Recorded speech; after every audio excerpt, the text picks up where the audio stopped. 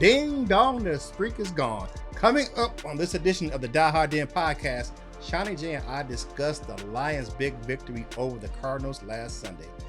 Then we preview the upcoming game versus the Saints. And you know we got to play our favorite game, Hell Yeah or Hell Naw. All this and more coming up right now on the Die Hard Den podcast. Watch out. Here comes that roar.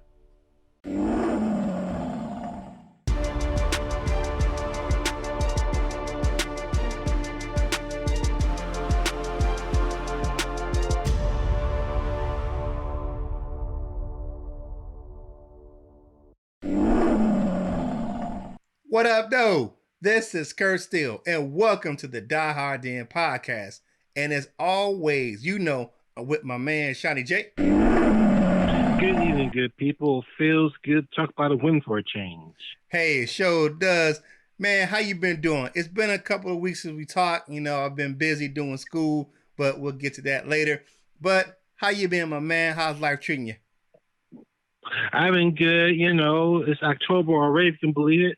You know, adjusting to the fall weather. So, yeah, so I'm glad football's here, but we'll talk about a situation in the NFL later in the show. Yeah, man. But you know what that means? It's October. That means that our other team, the Big Blue, Go Blue, Michigan, will be playing soon with the Big Ten. So, hey.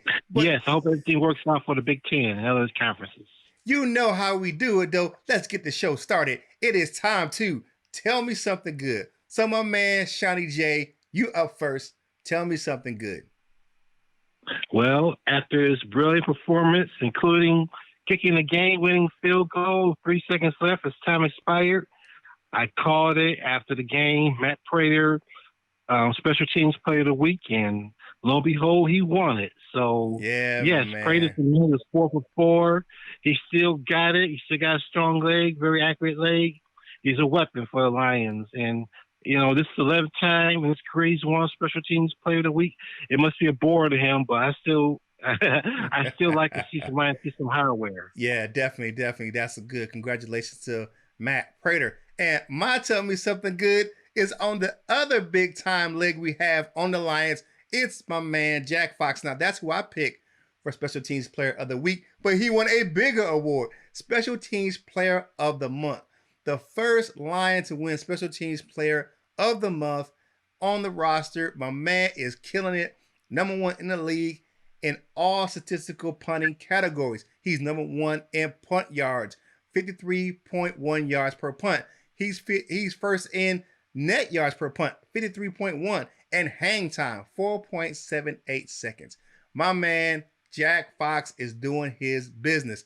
Now, I will tell you, and I said in a video earlier I posted this week, I was apprehensive on them letting Sam Martin go. But it looks like they did the right thing. Jack Fox, congratulations, my man. You're doing it, young fella. And big ups from us right here at the Die Hard Den podcast. Yeah. So, and one last thing, I have to say it. I am graduating tomorrow.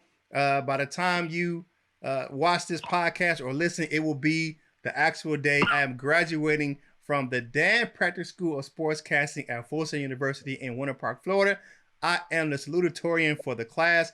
I means I finished second with 5 course director awards.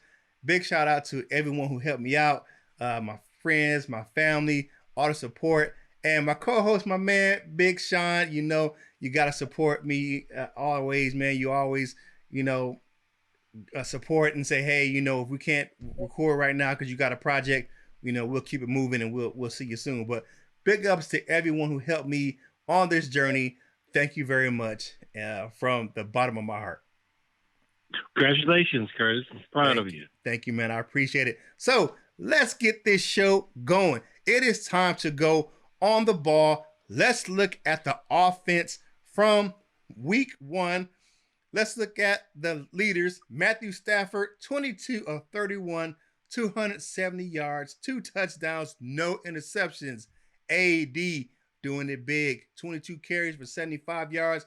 And all day Galladay, 6 receptions, 57 yards, and a touchdown. He was a big presence coming back on the field. The Lions had 90 yards rushing, 232 yards passing for a net of 322 yards of total offense. So, my man, what do you think about the offense on Sunday versus the Cardinals?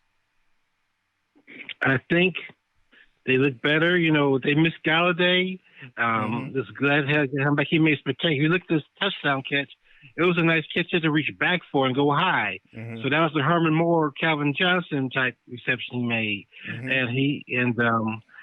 We missed him those first two games. That's for sure. Offensive, Yeah. you know, a very valuable weapon. Mm-hmm. So I'm glad to have him back. I'm glad they found a way to get. They love tight ends. I'm glad they found a way to get both Hockenson and the outlaw Jesse James involved. Jesse James caught a touchdown pass, another big pass.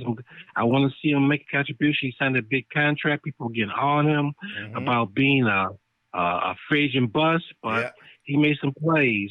And where would be about AP now? The running was kind of tough running against the Cards. They're big and stout against the run, but you had to keep feeding him the ball. He made a couple nice runs, ball control.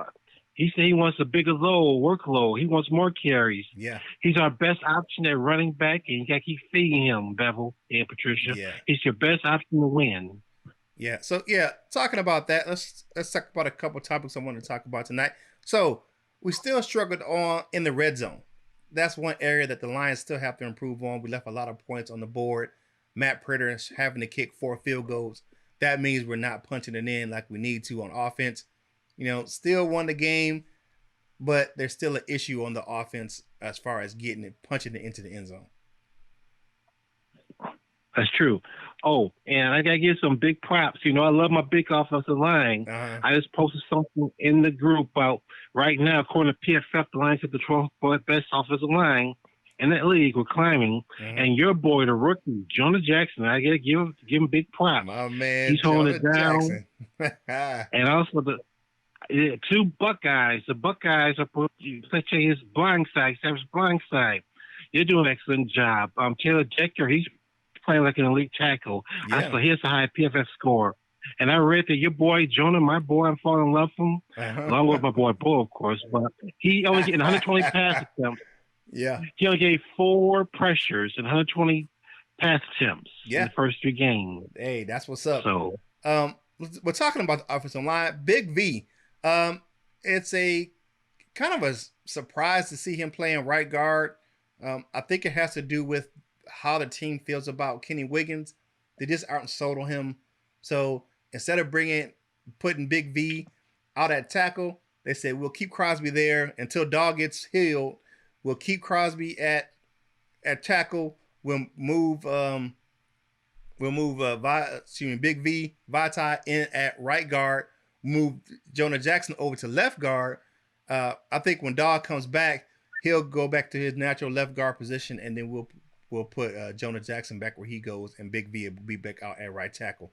But I just think Crosby's been balling, man. Yeah. Crosby's been holding it down. Yeah, Crosby's been doing his thing. I just think that Big V, I think his issues were, I think that he had a camp where he played primarily at tackle. Now, he's played guard before, but not in this system. So I just think that it was some communication breakdowns where he wasn't comfortable at right guard. I don't know if he practiced at right guard during the week, but I just think that he was just kind of playing out of position for that game. But he can play guard. I just think that is just new to the system. I think that's why he was having issues. Now, go ahead. Yeah, he got called for a holding penalty on that touchdown pass or the pass that went on. I want to see the replay. They never showed the replay. I want to see did he really hold or was it a phantom hold? I mean, it's out there on social media. I saw it. It really wasn't. I mean, if you look at the play, I really don't think it was a hold. But you know what? I will say this. Actually, if you look at it, the hold really put the game away because we had to come back and march down the field and then kick the field goal. If we would have took that touchdown, the Cardinals would have gotten the ball back. So, you know how their fast-paced offense is. I would take that was a what do you call that? That's a silver lining in the cloud. Okay, he got the penalty, but it actually put the Lions in a better position to close out the game. A rare time when a penalty actually helps. Yeah, it was. Another big thing: no turnovers. No turnovers. Yeah. We had good balance on offense. We kept the running the ball, and we passed the ball pretty well. So I like the good balance and no turnovers. That's a very big key to the Lions win. Was no turnover. I like the turnover battle we won, and we'll talk about the other part of the turnover battle when we talk about defense. But and then like you said earlier, AD. Now, if you haven't been paying attention, Daryl Bevel said that Adrian Peterson is now the bell cow back of the Lions. He is number one on the depth chart. He put in Carry On and DeAndre Swift number 2 or number 3, but it's going to be a running back by committee, but it's going to be Adrian Peterson's going to be the top guy. What do you think about that? Well, it should be. Well, it should be. Like I say, it's the best option. I know he's 35 years old, a 14th season. I heard some people complaining, oh, well, you spent the 2 second round draft picks on running backs. Why ain't they playing? Well, they're not ready to play. They're not ready to handle the big time.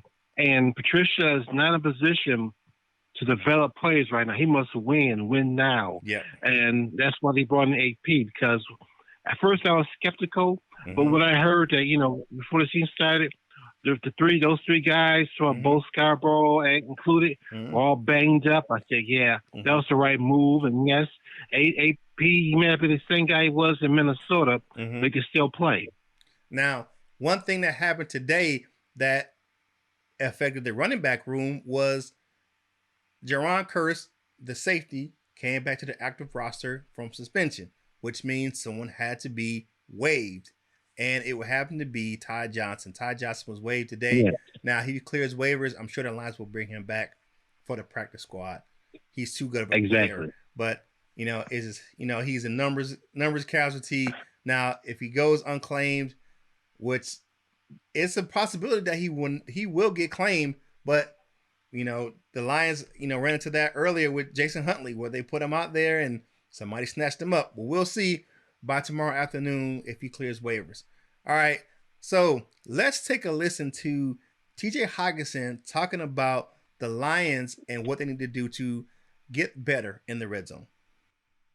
So yeah, I mean, I think we're trying to get better every single day, especially Friday. Friday is our red zone area day, and I think we just need to focus on that this week and make sure that the guy catching the ball from the snap can trust us to get open, and then we just need to capitalize on those plays. So, all right, TJ's talking about getting open. They're working on Fridays for their red zone. What do you think the Lions need to do to make sure that they're getting into the end zone down in the red zone? One thing I say, having Galladay back certainly helps. It's a big target, and utilize your 2 big tight ends, Hawkinson and the outlaw Justin James. And if you get close up to the 1, just punch it in with big AP. He's a goal line specialist. He can get in there. So it's all about execution. Using your weapons properly. Having Galladay back is tremendous. Use your tight ends. Let's not forget about the other receivers like Jones and Quintez Cephas. He's a big body receiver who's specialized in tough catches at Wisconsin. So you just utilize your weapons properly. That's the thing. Utilize your weapons. I feel you. All right. Hey, thank you for tuning in to the Die Hard Den podcast. If you're watching on Twitter, if you're watching on Facebook, if you're watching on YouTube, please hit the like button, hit the share button. Hey, we appreciate you. If you're listening on one of the podcast platforms like Apple or Spotify, thank you for the download. We appreciate you listening to the show. If you are listening to other on social media, hit the like button, hit the share button, hit the notification button on YouTube so you know when you're getting fresh content from us right here at the Die Hard Den podcast. So, my man Seany J, let's switch to the defensive side of the ball. So let's look at the stats for the game.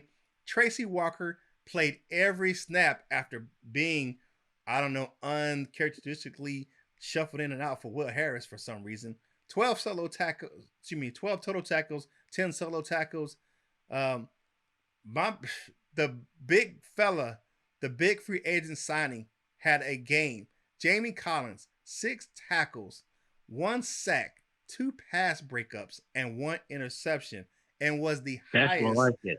highest linebacker rated by PFF for Sunday.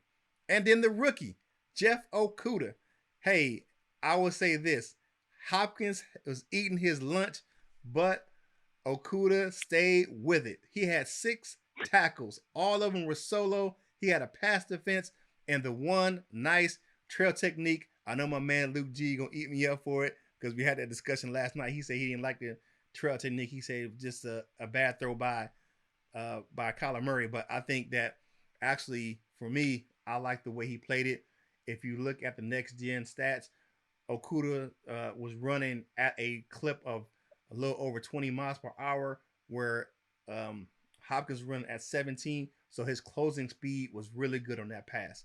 So that's what we drafted him third overall for. Make plays, your playmaker, like Deion Sanders. But maybe that's unfair. But when you drafted that high, you got to be expected to be a playmaker. And let's not forget, Jeff had 2 nice tackles for loss, including one on Hopkins and the other one on Isabella. Yeah, he was sticking with it. And one thing I would say this about him, one thing he did during the game, which a lot of rookies won't do, is that he got exhausted and he took himself out for a play. He said, "Hey, I need a breather." And Patricia was looking like, "What are you doing?" He said, "I was tired. I was gassed." And I would rather him do that than get beat on a big play because he couldn't recover, in time. So, that's a big heads up play by the rookie. So let's talk about some of this defense. All right. So the pass rush was better, but it still needs to improve, my man. Yes, it does. It was one of those things where they had good pressure. I like the zone blitzes, the zone blitz concepts. And I like the fact that the defense actually played zone. We were getting killed in man coverage, and I think it had to do with Matt Patricia actually probably giving some of the play calling over to Unlin. I know that people, were saying earlier in this year, there was reports that he was giving the play calling over to Unlin, but it was the fact that he gave him certain plays to call, so he called whatever he had on the play sheet. But I think that he had to open up the defense to him and let him call the defense because he is a defensive coordinator. Matt Patricia needs to worry about the overall running of the team, lead the defense to somebody else. And I think that that's what happened when they played zone on Sunday. We already talked about Okuda, bounce back game, big thing for the young fella. I appreciate that. Jamie Collins played middle linebacker for the game. I think that was a good move. He's got the green dot for a reason. He took it from Jared Davis earlier this year. The zone coverage and the fact that you had Collins running the defense, I think the defense played better with him at the helm. Davis, diminished role. What do you think about that? I was about to say, talent, very talented. What's going on? First, this would be the next line to be traded. First, it was Golden Tate, then Quandre Diggs, then of course Slay. Will he be traded away for a 5th round draft pick? I hope not. Cause like Jared, he can play. He's very talented. They gotta learn how to use him. I think once again, utilizing your talent right. He makes that a middle linebacker, but put him on the outside. Be that pass rushing linebacker type. What's the former Raven again? The former Baltimore Raven. You know what I'm talking about? Oh, Terrell Suggs. Sizzle. Yeah, Terrell Suggs. Yeah. That type of linebacker. Yeah, I mean, I mean, he has talent. I think he needs to find his niche in the NFL. I think that one of the things he did do in the first year in Matt Patricia's offense was rush the passer very well. So I think he could be, a very good pass rusher. So we'll see if that is going to be a thing where he can develop. But you can't develop on the bench. So, I mean, we'll see. All right. So, and I hope that they don't trade him away for a 4th or 5th round pick like they did those other guys. Yeah. We all have our, our favorites. I will say this. Ragland played good on Sunday. Reggie Ragland had an actual decent game. And looking at that and the way that Collins played on Sunday, it might be tough for him to get back on the field. I mean, Tavai played good too. So, I mean, I won't say Tavai was, he wasn't on the level of Collins or anything like that, but he had a pretty good game. So hey, that's the defense. Speaking of my young fella Okuda, you know, he was my I think until I really looked at the stats, I thought that Okuda was my player of the game, even because the way he bounced back. But it had to be Jamie Collins, my defensive player of the game. But let's hear from Okuda talking about the disrespect that the Lions received before the game. For me personally, I was tired of being disrespected by everyone. I think the whole defense was tired of being disrespected. The whole team tired of being disrespected. So this is a game that we took personal. We knew that we had to get back on track in the win column. And going against his offense was a great opportunity to show the work that we put in this week. And we put in a lot of work, and eventually we knew that I was going to show up sooner or later. All right. So the defense, my man, your final thoughts on the Lions defense versus the Cardinals. Well, we got 3 picks, which is a good thing. Got some turnovers, and I posted this during the games. You see, look, 2 pitchers actually made plays. Yeah. And Duran, Duran got a pick as well as Collins. Just fighting Patriots are making a difference. Yeah. Yeah. 2 look, guys, 2 pitchers made some plays, picks, and that's we get. This is like I said. This is it for Quinn Trisha, really. Mm-hmm. We got the guys they want, all these former Patriots. Yeah. We got rid of some guys. We got the guys in place. There's, like I said, they can't afford to develop anybody right now. They got to get some guys who can play right away, like, of course, AP. Mm-hmm. Because he can't afford a rebuild, or he's gone. Yeah. And one thing, and this was mentioned on several outlets, that the 3 interceptions, the 3 turnovers were by new Lions. These are first-year Lions that made these plays on defense. Yeah. So you got the rookie Okuda, Collins, and Harmon. So, hey, I will not say anything bad about that performance for those guys. Good job with those takeaways. Winning the turnover battle is a way to win games. So, again, thank you for watching. If you're watching on YouTube or Facebook, we appreciate you checking out the content.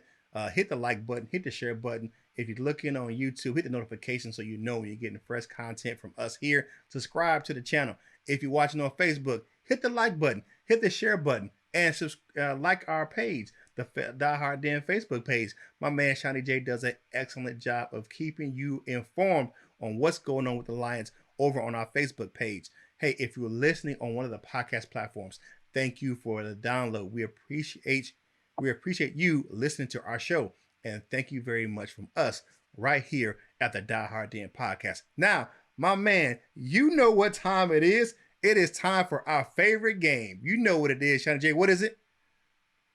Hell yeah or hell no. That's right. All right, ladies and gentlemen, it is time for our favorite game. Hell yeah or hell nah. First up, Seany J. It's still time to move on from Matt Patricia. Hell yeah or hell nah. To be determined at a later date. I can't say hell yeah or hell no quite yet. If he can finish strong, start winning, go on a winning streak, get him to the playoffs, win the division, then hell no, you can't. But if they lose the next several games, 3 or 4 games, hell yeah. So it's to be continued, to determine later. All right. So I think I know this, but we're going to talk about it anyway. Adrian Peterson deserves to be the bell cow back of the Lions. Hell yeah. Or hell nah. Hell yeah. Hell yeah. I'm going to say hell yeah. He's a proven commodity. I like the way he runs with patience. His vision is great. Of course, he gets a little happy feet back there at times, but once he makes a decision, he gets it and goes. And he still has a lot of juice in those legs for a 35-year-old running back. All right. Yes, he does. He does. So with the 1 sack that we had on Sunday, the Lions will sack Drew Brees twice, at least twice on Sunday. Hell yeah or hell nah. I'm gonna say hell yeah. I don't know if you saw my post in our Lions group. We should blitz the hell out of Drew Brees, make him feel like a 41-year-old man by knocking him on his butt several times. That pain, oh, he said, oh my gosh, I can't wait for retirement, kind of feeling. We got to, even though necessarily sack him, knock him on his butt, hit him legally, of course, but knock him down, 41-year-old bones. Can't take it like it did 20 years ago. So make him regret coming back, sack him, blitz him. He's a smaller guy, just like Tyler Murray is. But, get in his face, make him throw the ball, overthrow the passes because he's got to throw high. Like, that's how we got one of our picks on Murray. So just put pressure on Breeze. I'm gonna say hell no. I think they make sack him once, but I'm not. I think they need to get pressure on him. I don't think they really have to sack him per se, but as long as you keep him in the pocket, or now actually for him, rush him out of the pocket. He's not a good on the run guy, so push him out of the pocket, pressure him out of the pocket, and make sure he throws the ball on the run. Make him uncomfortable. And put some licks on him too. Yeah, those 41-year-old bones aren't what they used to be. Yeah. All right. So Big V will have a bounce back game at right guard versus New Orleans. Hell yeah or hell no? I don't say hell yeah because I think he's better suited at right guard. That size, he's more of a guard than a tackle. He's a mauler, he can maul people. He has to worry about being beaten by a speedy edge rusher. I think the Lions may have found something. Crosby's, like I said, holding it down at right tackle. Big V, he's like a solid right guard. And the two Buckeyes, oh my God, I can't believe I'm saying this, but the two Buckeyes on the blind side, they're doing well. Hey, we have the best center. They Lions now, man. They ain't Buckeyes no more. They Lions now, man. Yes. Yeah. And we got the best center in the game, so the Lions may have found something. They want to high. Everybody. Crosby has a high PFF, and so does Jonah, and so does Decker. So, and of course the center. So we may have found a combination, accidentally, but I don't care as long as we found it. Well, I'm gonna say. I'm not saying it'd be a big bounce back game. I think he'll play with solid. I think he still struggles a little bit. The one has a good defensive front seven, but I don't think he'll play as bad as he did last week. All right, next up. Now, this player has had a good games versus New Orleans the last couple of times he's played them. Marvin Jones will lead the team in receiving yards and touchdowns on Sunday.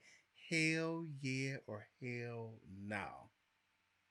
I can go hell yeah on this because he has history against them. And I tell you, this wasn't the question, but I tell you that Adrian Peterson will get some revenge on the Saints because remember, he was traded initially from Minnesota to the Saints. Remember his sideline argument with Sean Payton? Oh, yeah. In 2017? He already got revenge on the Cardinals, who he used to play from.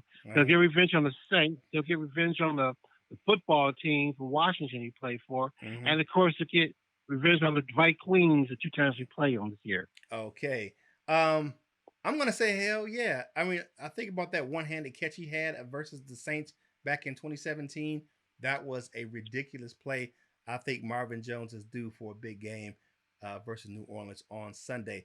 And Marcus Lattimore is a little hobble. He didn't practice today. And like another big member of the secondary was out today and practice as well. So the defensive lineman too. So hopefully they'll both miss the game, and hopefully the receiver for them will miss the game. So take another week off, guys. Just take another week off. All right. So last one. All right. If healthy and they continue to mix zone and man coverage, and you have two guys should be coming back this week. You got Trufant, who's on pace to come back. We'll talk about that in a second. And you have Curse coming back from suspension. The Lions secondary could be scary good going forward this season. Hell yeah or hell no? I'm going to say hell yeah. You get your players back. Once again, utilizing your talent, the best of your abilities. This was a scheme. The man coverage wasn't working too well, but he went to zone. You saw a big difference in the Cardinals game right away. So they play it right. They play their cards right. Yes, hell yes. The secondary whole defense will improve. Yeah, because you look at it, they went to like a more of a 55% man and a 45% zone and to be able to mix them, match them where they can cause confusion for the quarterback of the other team is a good thing. So All right, that is Hell Yeah or Hell Nah for this week. We appreciate you listening. Thank you again for checking us out here at the Die Hard Den podcast. If you're watching on YouTube or Facebook, hit the like button, hit the share button, hit the notification button on YouTube to make sure you know when you're getting new content. Subscribe to the channel. If you follow us on Facebook, hit the like button, hit the share button, follow the page. We appreciate you tuning into our content. Seany J runs the Facebook page, and he keeps you well abreast of the Lions news right there on our Facebook page. Follow us on Twitter. Hey, I handle the Twitter page. I'll keep you informed with some new and fresh articles on our Twitter feed. If you're listening on our podcast platforms, like Apple or Spotify, we appreciate the download. Thank you for listening. All right, so it is time to get into the Lions and Saints game. So let's take a look at the injury report that came out today. We got CJ Moore, who's still hurting from that calf. No practice the last 2 days. Hunter Bryant, he's still doing work on the side. He's not doing a lot of work. Deshaun Hand has had some issues, some chest issues. Last couple days, he's been limited. He's still working.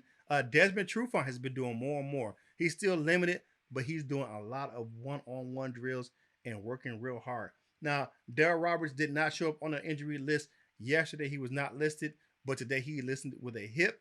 Hopefully, he's still just limited and he can work something out and to be able to play on Sunday.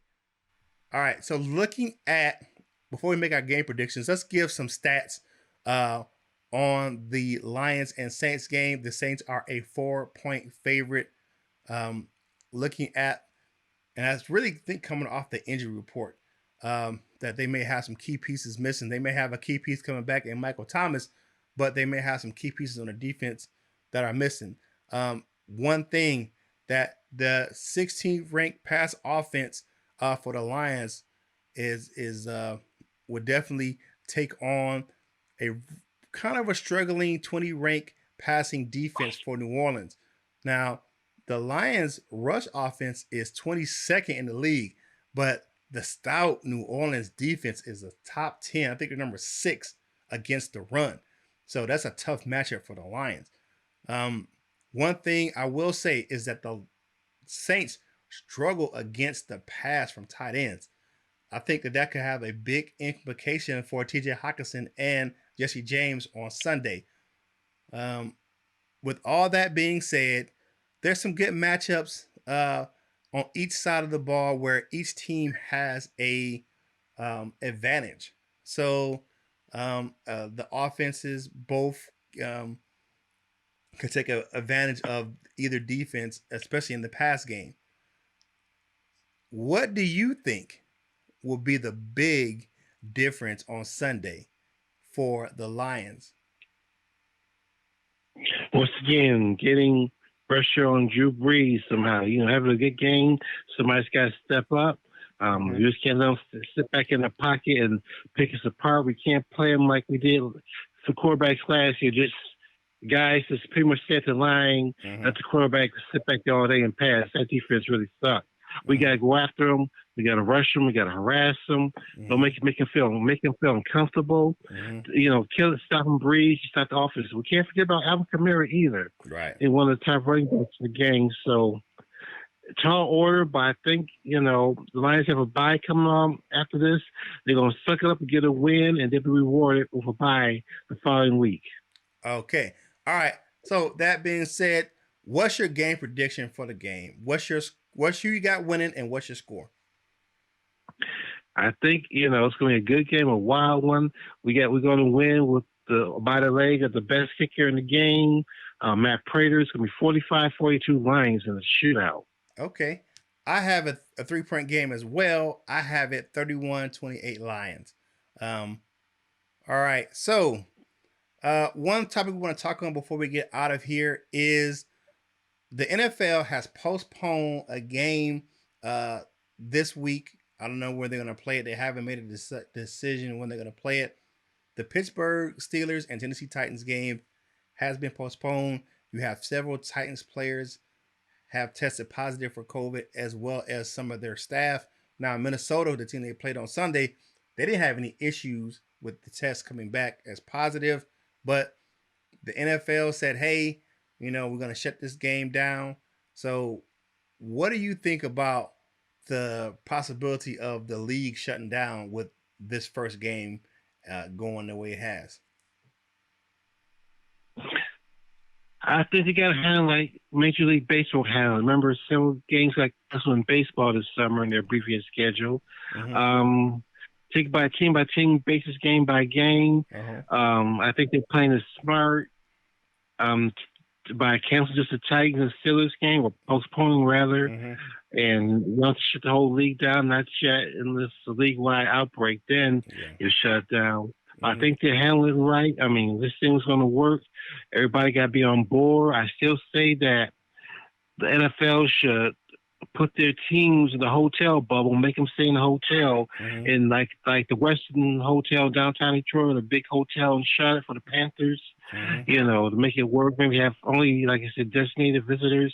Don't try to pull a Lou Williams or the Houston Rockets guy or that free agent rookie for the Seahawks to sneak a woman in, because everybody got to be on board.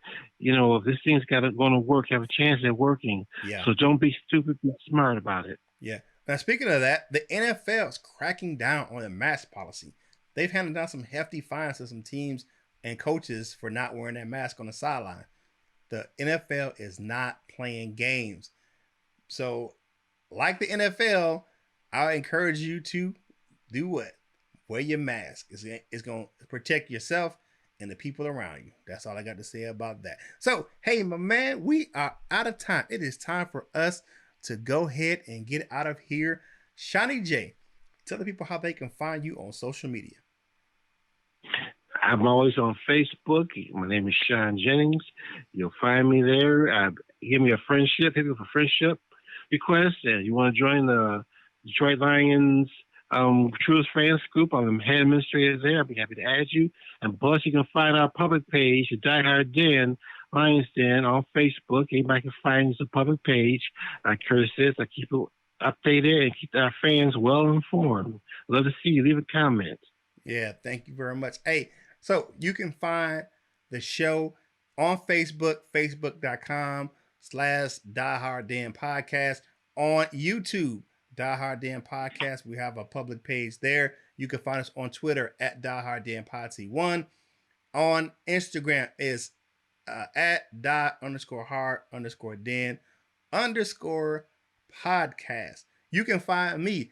I am at Curtis Steele 14 on Instagram and Twitter. You also can find me in some of the Facebook groups, on Lions Facebook groups. You can find me in the Detroit Truest Fans page, and you definitely can find us on the page that started it all for this podcast, the Detroit Lions Die Hards Fans page. We appreciate you guys over there for giving me the inspiration to start this podcast. So, Seany J, any parting shots out for the people before we get out of here? Yes, people, once again, as Curtis says, wear your mask, use social distancing, be safe out there. This COVID thing ain't licked yet, but we're doing our best to get rid of it. That's right. And hey, I know that one thing I will encourage you to do, please do your civic duty and go out and vote in the upcoming election. Early voting has started in many states. I don't know where everyone lives. I don't know. Michigan has started yet. I know I live in North Carolina and we will be starting soon. But do your civic duty. I don't care who you vote for, but please go out and do that constitutional right to vote and make your voice heard. Hey, one thing I definitely want to tell you is whatever you do in life, you have to boss up, ball out, and be the best version of yourself that you can be. So for my man, Seany J, this is Kurt Steele of the Die Hard Den Podcast, and we are